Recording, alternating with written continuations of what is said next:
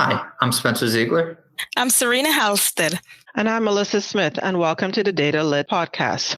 So this is our outro episode, which is meant to bring some closure to our debut season of this podcast. And so when we first started this journey, our goal was to find a way to share what we thought were best practices from research journals, and then sort of give it back to teachers in sort of these digestible chunks. And so in this first episode, we produced 16 episodes with 3 main series around assessment types, assessment methods, and feedback. And so what we're going to start off with is we're going to take some time to reflect on highlights from this season's series.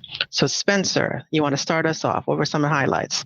Yeah, so the highlights, the first series that we did was on assessment methods. We talked about how you can categorize assessments into kind of 4 different methods. And as we talked about each, we kind of pulled in some of Wiggins' elements of effective feedback to help identify how each method could be used in the classroom. So we talked about there's selected response. So that's, items where there's a correct or best response that's selected from a list, multiple choice, true, false, those kind of things. With those, you can get some like quick scoring and feedback since things are just either marked objectively right or wrong, whereas the other methods we'll talk about using rubrics typically. The second one was extended written response. So these are going to be items which require some kind of written answer.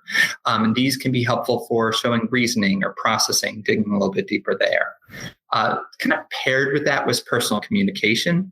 So this would be, the gathering of information about learning through interactions with students. That could be conversations. That could be certain protocols you have embedded. That could even be certain online tools. And these can kind of complement extended written response, since extended written response needs can have kids kind of go into depth, one in writing, one through speaking, based on what the student's going to be able to do there. And the last assessment method that we covered was performance assessment. So this would be assessment based on observation and judgment, where the process of the performance or the product itself is judged as to its quality. Usually there's 2 parts. There's the task, then there's the criteria there. This is really focusing on transferring knowledge. It could be a one class kind of thing, or even one part of a larger assessment, or it could be a task that's spread throughout like a full unit or even really course. So we actually got a question from Stuart Gordon, math teacher at the Blake Young Men's Leadership Academy. And he asked, in an ideal world, which methods would be the most prominent? And that kind of goes back to that point of, it's not like you can necessarily say that like this is the best one, this is the second best one, so on and so forth. But each method has its use based on the needs of the standards, what they're asking for, and also based on the needs of your students. So it's about balance. It's about figuring out what you're trying to do and who you're trying to do it with in the students, and figuring out which method is going to kind of elevate what you're trying to find out. So those were kind of some of my big takeaways from the assessment method series. I like that. And I like Stuart's question about which ones would be in an ideal most prominent. And so, our natural tendency is always wanting to like have a first place. Yeah. Is it possible to have a 4-way tie? They all tie for first place. And so I like that response in terms of it all depends, right? In some instances, depending on your purpose. And it kind of goes back to that intro that we had about purpose. Everything has a purpose, and depending on your purpose is how you make these decisions. So I like that. Yeah, and hopefully with this podcast, we can kind of provide some of that context, because the problem is not that one of these is bad, one of these is good. It's if you try to use a selective response method for looking at transference of knowledge, well, that might not be the right method for it. Likewise, if you try to use performance tasks when you're trying to give like really quick feedback at the end of class, well, no, that might not be it's the right tool for the right job. Right. So it's all about you trying to get to that evidence, right? What is the evidence that you really need? And then selecting that assessment method to go with it. Yes. So the next series that we had was around assessment types. And so for me, what was highlighted there is when describing the types of assessment, there are many ways to classify them. But one of the most common ways is to classify them in terms of frequency in which they're given. So that means we're looking at our formative, we're looking at interim, and we're looking at summative assessments. And in that series, we started with the Karate Kid episode. And I like that because I never thought that we'd find a way to integrate the Karate Kid with assessment. But But overall, what we were trying to share with our listeners is that everything has a place and a purpose. And so we talked about assessments for learning and assessments of learning, both working in tandem with each other. And I think that's what we remember the most from that movie.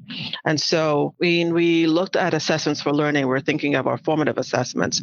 And that happens regularly and most closely to the learning. And the reason why that's important is it allows the learner and the teacher to make those just-in-time adjustments, right? Mm-hmm. So you're now learning something new, and assessments for learning are those strategies that allow you to make tweaks before information is really set in the brain. And then we also have assessments of learning. And so when we talk about the assessments of learning, we're talking about interim assessments and our summative assessments. And those happen less frequently and furthest away from the initial learning. And as a result, there are less opportunities for corrective actions, but they're still needed, because at the end of the day, you still need to kind of quantify and say, have you mastered the standard? Mm-hmm. Have you learned what I've been asked to learn? And so those both have a role. I don't want people to feel as though it's all formative and there's no role for interim or summative. They all kind of have a place. There's some initial learning and tweaking and practice that needs to happen, and that's the space for formative assessments. But then you also have this space for, okay, there's a time where you have to demonstrate, do I know it? And I have to demonstrate or show mastery of what I've learned. And so that's where you have your interim and your summative assessments. Yeah, well put. I remember talking about during the series that if you take out one of those, it's all about the interplay between the formative, the interim, and the summative. And if you remove just one of those parts, the system doesn't necessarily work. A world without formative assessment, then the summative is going to be off base. But likewise, a world without summative assessments, you're never really going to get a sense of kind of completion and know when to move on to the next instructional unit. Right. And then all three of them, they all go back to that accountability piece as well, because, we have that accountability piece to what is going on in the classroom. Then also, to our parents and to our state representatives, they all need to know what's going on. So each of these assessment types, they're relevant, they're needed at a specific time, but then it's all about that accountability piece for students learning. Yeah. That's good. I feel like with this podcast, both assessment and accountability somehow have gained like a negative connotation. But when you think about it, anything that's important in your life, you assess and you want to make sure that there's accountability there. So it's hopefully we can kind of reclaim those words and those concepts as something that's, no, this is necessary for us to properly teach kids and for them to grow and do what they need to be successful in life. Serena, what about you? What are your highlights? So we had touched on feedback and feedback, whether it's assessment, method assessment types, we need feedback for our students and our students' learning. And so some of the highlights from the feedback series that we did, we talked about feedback is an essential part of learning, right? Providing students with meaningful feedback can increase their motivation and build on their existing knowledge. And also that, feedback helps students to reflect on their learning. So that's part of the big highlights for me for feedback. And then we also touched on some ideas about some best practices for providing quality feedback to students. And some of the best practices that we touched on, I'm going to just briefly reshare, is that we talked about feedback need to be specific. Right? We need to tell students whether they're doing right, tell them what they're doing wrong, but then also making sure that our feedback is specific to the goal that we want our students to achieve, right? And then we also looked at, feedback must be timely. For students to find feedback helpful, we must provide it in a timely fashion, right? We can't wait until 3 weeks after the student's doing, then we come back and say, oh, you need to fix this, you need to fix that. So we talked about, making sure that it's provided in a timely fashion. And then most importantly, monitor how we provide feedback, right? We don't want our feedback to be counterproductive in the sense that, yes, you want the student to do well, but then based on how we say to them, like we can give students verbal feedback, we can give them written feedback, whichever route we take. We want to make sure that it's for students to improve and not students to feel defeated, right? Mm-hmm. And then last but not least, students must be involved in the feedback process, right? We talked about the different persons giving feedback, and we looked at how, it's normally teachers giving feedback, but then students need to be involved, right? So students can be involved at the level of giving their teacher feedback, as well as students can be involved in giving their peers feedback. And most importantly, students need to give themselves feedback, right? And so with that being said, involving them into the process of providing feedback, it's all about improving their learning. I think that brings to mind for me as something that we had shared in one of the earlier episodes, in that as teachers, we control the teaching, but we don't control the learning. And so that is why it is so important to have student involvement, because again, students control their own learning. So you have to sort of teach them how to learn in a sense, right? And getting them involved in the learning process, because we're only one part of the equation. We can only control the teaching part of it, but they own the learning. Oh, that's just so hard. I think our brains are naturally wired to think about like what we control. That's what we want to focus on, because that's in our realm of control. Right. But that letting go and putting stuff in the student's hand and saying like, no, providing feedback for yourself and creating systems for them to do so, that is to some degree unnatural. So it's going to take some work. Definitely. And, providing that feedback, it's all about for our students to do their personal best.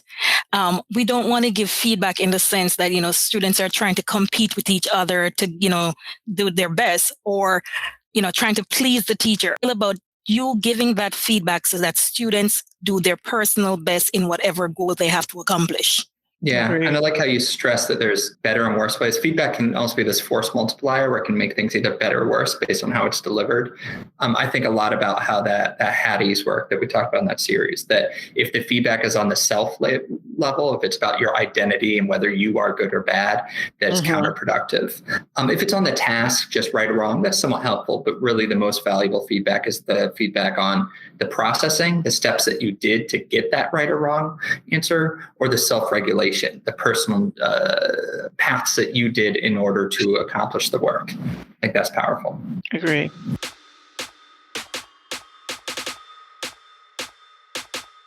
So we seem to have covered much in this season. Do you guys have any lingering questions? I know, it feels as though or it can sometimes feel as though we have all of the knowledge, but I feel as though there are times when, even though we're sharing this and we're doing this collective work, I still have lingering questions. So do you guys still have any lingering questions? Spence, I'll start with you. Yeah, I wonder. So we structured our podcast this series around a lot of classifications, right? Like we classified assessment methods, then assessment types, then feedback into these group things. And that's natural because that's how the brain works. It works by kind of grouping things. And I think it makes sense for us to have done that way. But I do wonder if there are sometimes downsides to those classifications, if in putting things into these little boxes, if we lose the ability to leverage them properly. Specifically, I wonder with assessment types, when we create that summative assessment box, say this is just at the end, if that can sometimes, like that's useful as we discussed, you need something at the end to figure out, did you get it or not? But do you think that can sometimes be counterproductive, saying that something is a summative assessment and then there it's the end, move on? Well, I think it all depends. I mean, if you're just labeling for labeling's sake, but not labeling for purpose and intention, and then I think it's detrimental, right? It's sort of, as society, we've kind of done ourselves a disservice by all of this labeling, and we're using summatives only for labeling. And so, somebody has to be last, somebody will be first. And so it's worse when it's, when you're using a summative and you're last, right? As opposed to using a summative and you're first. Yeah. But it has to be done. And I guess I like that question. And so do we need categories? Yes. Is that category necessary? Yes. It's what we do with that information and how we see ourselves as learners, I think is where more work needs to be done, I guess. And I think you guys talked about a little bit during the series that like summative assessments can be used formatively. You can take some of these things and embed that in that cycle of formative assessments. Summative assessments can be used to have kids reflect on their processing, their self-regulation. But I think when we put it in the box of like, no, this is the capital S summative assessment, we maybe discourage people from doing that. So I think we need to create the classifications, but then train people to say like, it's okay to bend these sometimes and use them in a way that's going to most benefit your kids. All right. I like that, yeah. Serena, what about you? So I'm going back to the ideas of what we talked about feedback. And so my question is, how can teachers help students provide meaningful feedback to themselves, right? Mellisa, you mentioned, yes, we control the teaching, but we can't necessarily control the learning. It is the learner that does that part for themselves. But my thinking, what can teachers do to ensure that students are, taking in that, giving themselves feedback, put it that way, not necessarily waiting on the teacher to give feedback or their peers, right? But can students own this? And the first thing that comes to my mind is, metacognition, thinking out the brain think.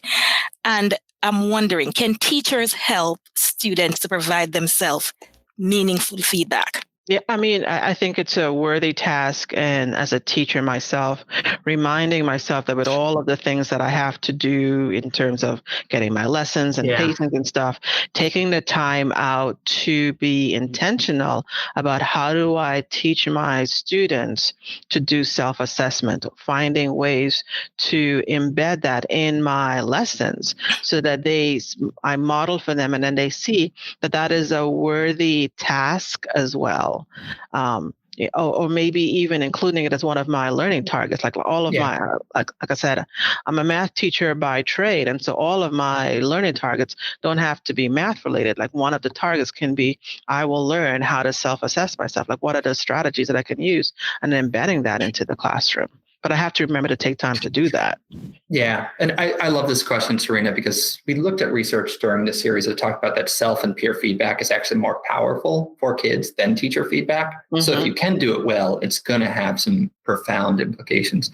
I completely echo what Melissa's saying. Doing it intentionally and explicitly is important because especially if kids haven't been doing this throughout, they might not do it naturally. You can't just assume that if you return something, the kid's on their own time. So build in time into that schedule.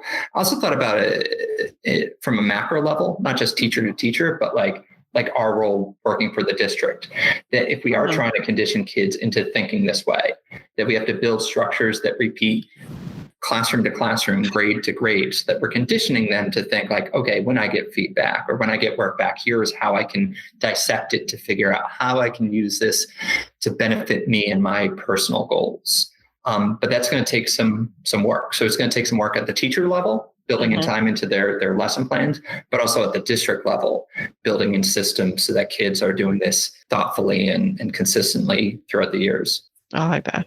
So a lingering question that I had is when we touched on the assessment methods, right? When we talked about the selected response, the extended written response, and performance tasks, and we talked about personal communication being a method.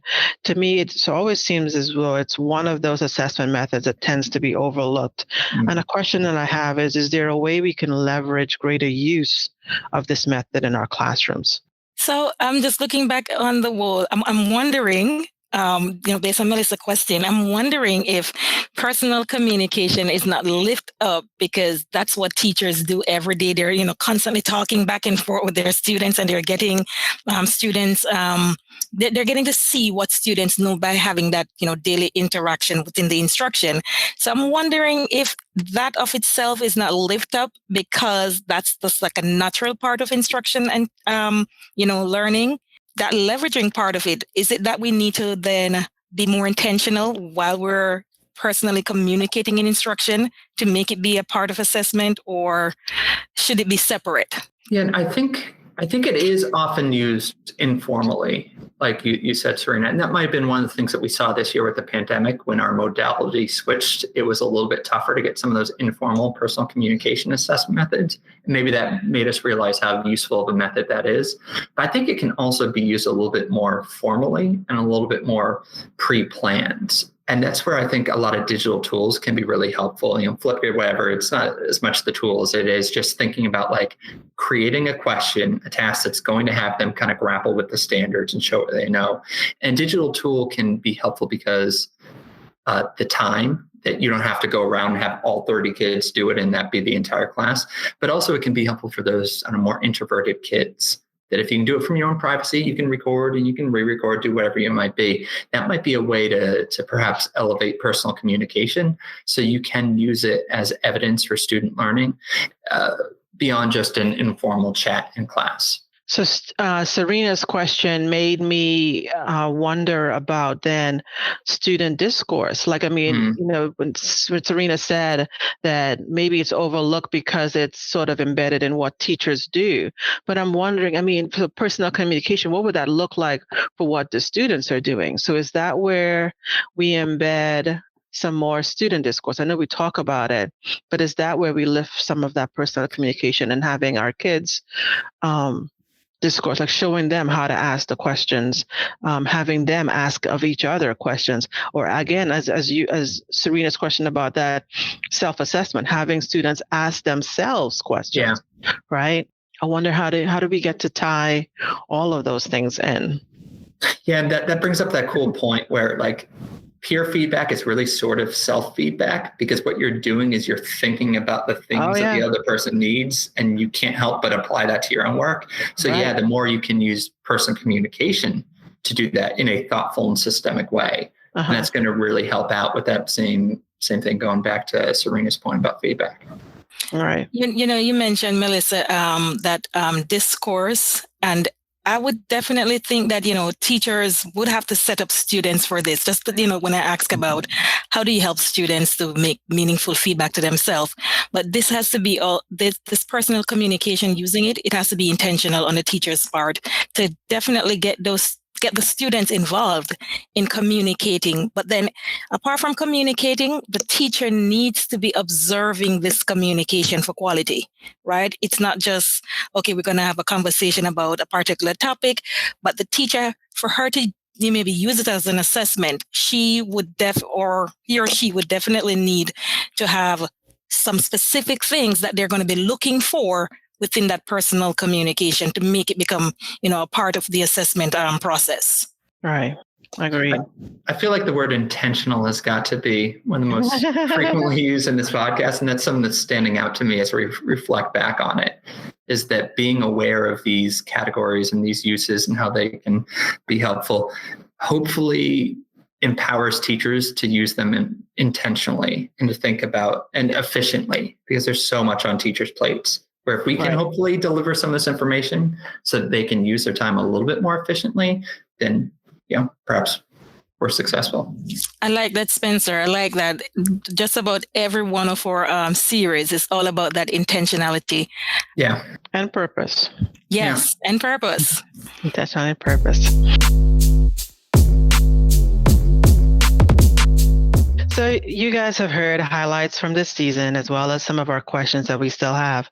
And we know that while you might have had your own aha moments, you too might have some wonderings, and that's okay. This is a communal journey where we are learning and growing together. And so as we bring this to a close, we'd like to thank those that added to this season's experience. We want to thank the students who created the music for our podcast, Logan Foster from Carey High School and Maya Smith from Moore Square Magnet Middle School.